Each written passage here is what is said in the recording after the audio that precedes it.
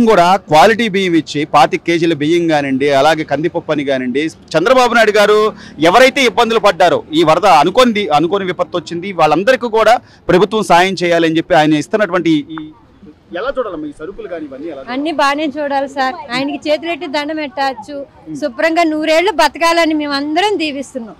కానీ దీన్ని కూడా రాజకీయం చేసే విధంగా జగన్మోహన్ రెడ్డి గారు అసలు ఏం చేయట్లేదు, ఏమీ లేదు. ఆయనలాగా ఎయిర్పోర్ట్ లో తిరగలేదుగా, చూసుకొని దాక్కోలేదుగా. అది సో మొత్తం మీద అంటే చంద్రబాబు నాయుడు గారు పాలు కానీ లేకపోతే నీళ్ళని కానీ ఇవన్నీ కూడా ప్రజలందరికీ అందాలి అనే కోణంలో ఆయన చేసిన సాయం ఎలా చూడాలమ్మా? బానే చూడాలి సార్, బానే చూస్తున్నారు సార్.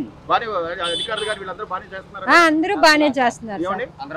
ఈ రైస్ కట్ట కానివ్వండి సార్, మనకి ఇప్పుడు ఈ నెలవారీ ఖర్చులు చూసుకుంటే ప్రభుత్వం మనకి ఇస్తున్న సాయం సుమారుగా ఒక 2 నుంచి 3 వేల రూపాయలు సాయం ఉంటుంది, ఈజీగా ఉంటుంది. ఈజీగా మనకు ఒక 4 రోజులు గడిచిపోతుంది కదా సార్. అవును సార్. రోజున ఈ సాయం ప్రభుత్వ సాయం కానివ్వండి, అంటే ప్రజలు ఎవరైతే ఇబ్బందులు పడ్డారో వాళ్ళందరికీ కూడా ఒక 4 రోజులు వాళ్ళు ఎలాంటి ఆహారానికి ఇబ్బందులు పడకూడదు. బానే ఉందండి సీఎం గారు తీసుకున్న నిర్ణయం. బానే ఉంది.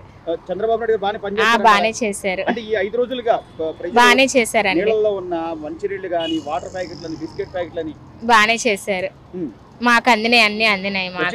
మాకు అన్ని వచ్చినాయి. మా సెంటర్ కి మేము కొండపైన ఉండేది, 4 స్తంభాల కొండపైన అన్ని ఇచ్చారు మాకు కూడా తీసుకొచ్చి. టీడీపీ వాళ్ళు ఉంటారు కదా, వాళ్ళే తీసుకొచ్చి ఇంటింటికి తీసుకొచ్చి ఇచ్చారు, వాళ్ళే ఇచ్చారు. కొంచెం వాటరే లేవు, ఇంకా అన్ని బాగానే ఉన్నాయి. వాటరే సరిగ్గా రావట్లేదు, అవి కూడా ట్యాంకీలతో వచ్చి పట్టుకోమంటున్నారు. ఇంకా అవి కూడా యుద్ధ ప్రాతిపదికన చేయమన్నారు. చంద్రబాబు నాయుడు గారు ఒక సీఎం గా ఆయన ఇస్తున్న నిర్ణయాలు కానీ లేకపోతే ఆయన ఇచ్చే ఇన్స్ట్రక్షన్స్ కానీ అధికారులకి మీరు ఇవాళ చేయండి, ఇలా చేయండి అని బానే ఉంది. చేస్తున్నారండి, చేస్తున్నారు. బానే ఉంది. బియ్యం ప్యాకెట్ కానీ లేకపోతే వస్తువులని కానీ ఒక 4 రోజులు పర్వాలేదు అంటారా? ఏమా 4 రోజులు కాదు. కానీ అది జగన్మోహన్ రెడ్డి గారు అసలు ఏం చేయలేదు, వదిలేశారు. చెప్తే ఈ కాలువలు ఎందుకు ఇలా ఉండేది, ఈ వరదలు ఎందుకు వచ్చాయి? 5 సంవత్సరాలు పరిపాలించాడు. ఏ కాలువ దిగినా, ఏ గుంటలు దిగినా ఏమీ లేదు, అన్ని మురగబెట్టాడు. మురగబెట్టినందుకు వీళ్ళ గంటలు పెడిపోయి కొంపలన్నీ కొట్టుకుపోయి, లేనాడు ఉన్నాయి లేని అన్ని సామాన్లు గీమాలు అన్ని నాశనపోయి తింటాన్ని మెతుకు లేకుండా అయిపోయింది. అన్నట్టు ఈ సమయంలో రాజకీయం చేయకుండా మేము కూడా వస్తాం సార్, మేము కూడా వచ్చి సాయం చేస్తాం, మమ్మల్ని కూడా కలుపుకెళ్ళండి అనాల్సింది పోయి రాజకీయం చేయడం న్యాయం అంటావా? అది న్యాయమని ఎవరు అనరు, అది న్యాయమని ఎవరు అనరు. మనుషుల బాధ కనుక్కున్నవాడైతే, సాటి మనుషులతో పాటు నేను ఒక్కడిని అనుకున్నవాడైతే ధర్మంగా వచ్చి మనుషుల్లో కలిసి అమ్మ నాకు తోసిన ఇది నేను చేస్తానన్నారు. సినిమా యాక్టర్లు కోట్లు సంపాదిస్తున్నారు, వాళ్ళు ఇమ్మానండి నేను 1 కోటి ఇస్తానండి సరిపోద్ది, అక్కడ ఏమి చాలదు. గతంలో ఇదే జగన్మోహన్ రెడ్డి గారు అమ్మ అందరు సీఎంలలో ధనవంతులైన సీఎంలు అందరిలో కూడా మొదటి వ్యక్తి అన్ని రాష్ట్రాలలో కూడా. మరి అలాంటి వ్యక్తి 1 కోటి రూపాయలు మాత్రం సాయం చేసి నేను సాయం చేశానంటే సరే, ఆయన అది సాయం అందండి.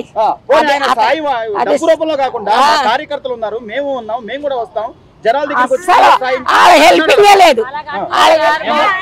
ఓటు వేయట్లే, మాకేం వేయలేదని చెప్పి పాలపేటలు కూడా ఇవ్వట్లేదు సార్ రోజండి. అలాగేమంటలా డ్రైనేజీ ప్రాబ్లం క్లీన్ చేసి ఉంటే మాకు ఇవాళ ఈ పరిస్థితి ఉండదు.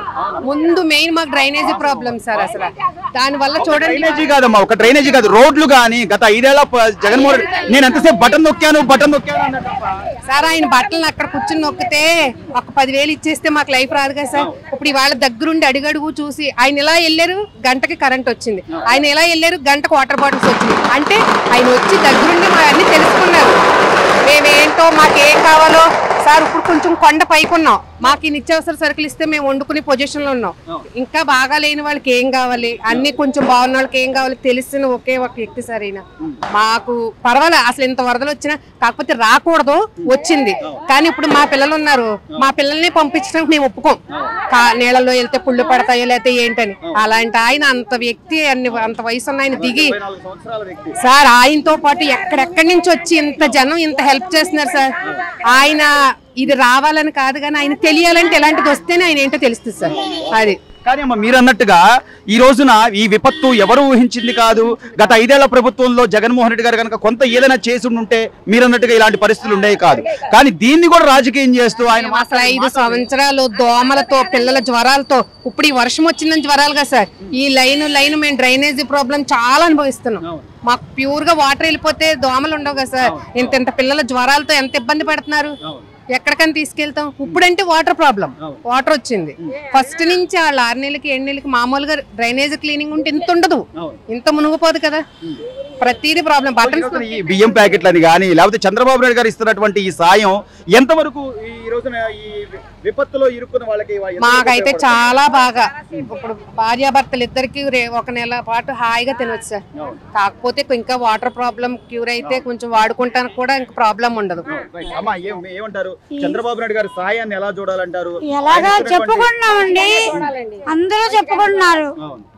వచ్చిన 3 నెలల్లో కూడా అన్ని బాగానే చేస్తున్నారు.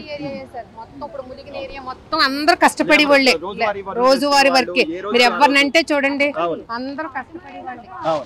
సో అమ్మ, అంటే చంద్రబాబు నాయుడు గారు మీరు అన్నట్టుగా కొంత ఆయన అనుభవం మీద కానీ లేకపోతే ఈ రోజున ఇంత విపత్తుని ఆయన ఎదుర్కొనే ధోరణిలో ఇచ్చిన పిలుపు మేరకు రాష్ట్ర వ్యాప్తంగా కదిలి వచ్చారండి అందరికి. మేము మునిగిపోయి కష్టపడ్డాం, కానీ వాళ్ళు ఇచ్చి అసలు ఇక్కడికి వచ్చి ఎక్కడెక్కడ వాళ్ళు అసలు విజయవాడలో ఉండి ఇంటికాడ ఫ్యామిలీని వదిలేసి పిల్లల్ని వదిలేసి బాగా చేశారు సార్. అసలు వాళ్ళందరికీ మేము హ్యాట్సప్ చెప్పాలి. అసలు చాలా బాగా సార్. అసలు ఇవన్నీ ఏముందండి, 1 నెల తింటాం అయిపోద్ది, కానీ వాళ్ళు ఎక్కడెక్కడి నుంచి చుట్టుపక్కల ఏరియా ఎమ్మెల్యేలు పిల్లలు అసలు రోడ్లు చూస్తుంటే వీళ్ళందరూ మా ఊరు కాదు, అయినా వచ్చి ఇక్కడ కష్టపడుతున్నారు. సో ఇంత చిన్న లాజిక్ కనుక జగన్మోహన్ రెడ్డి గారు ఆలోచించుంటే, మానవ సేవే మాధవ సేవ అనే ఒక్క చిన్న మాటను కనుక ఆయన పట్టుకుని ఉంటే ఆయన కార్యకర్తలతో రావచ్చు, లేకపోతే ఆయనే వచ్చి సాయం చేయాలి, ఆయన రావచ్చు సార్. ఎంతసేపు నన్ను అది చేయలేదు ఇది చేయలేదు, ప్రభుత్వం అసలు ఫెయిల్ అయిపోయింది, ఎంతసేపు బురద జల్లే ప్రయత్నం సార్. అవన్నీ రాజకీయాలు అసలు మాకు వద్దు సార్. ఇప్పుడు ఈ పిల్లలు ఉన్నారు, ఎందుకు వచ్చారు అలా వాళ్ళకి తెలుసా? మేము రమ్మన్నామా? ఎవరి కోసం వాళ్ళు వచ్చారు, అలాగా ఆయన రావాలి. అవును, అసలు ఆయన పోనీ నా వంతు నేను ఈ సహాయం చేస్తాను, ఆయన ముందరకు రావాలి. అది కదా సార్. చంద్రబాబు నాయుడు బాగానే చేశారు అందరికి. కాకపోతే అర్ధరాత్రి దాకా ఉండి సింగనారంలో తెల్లారెడ్డి కలెక్టర్ ఆఫీస్ లో కూర్చొని సింగనారం వాళ్ళకి అందరికి హామీలు ఇచ్చి మీకు నేను తోడుగా ఉన్నాను, మీరు సక్కిపడేంత వరకు మీరు బాధ్యత నేను తీసుకుంటానని కలెక్టర్ మన వాటర్ వాళ్ళు ఇల్లు ఉంటారు కదా, ఫైర్ ఇంజిన్ తో ఇల్లు క్లీన్ చేసి సామాన్లన్నీ క్లీన్ చేసి చేశాడు.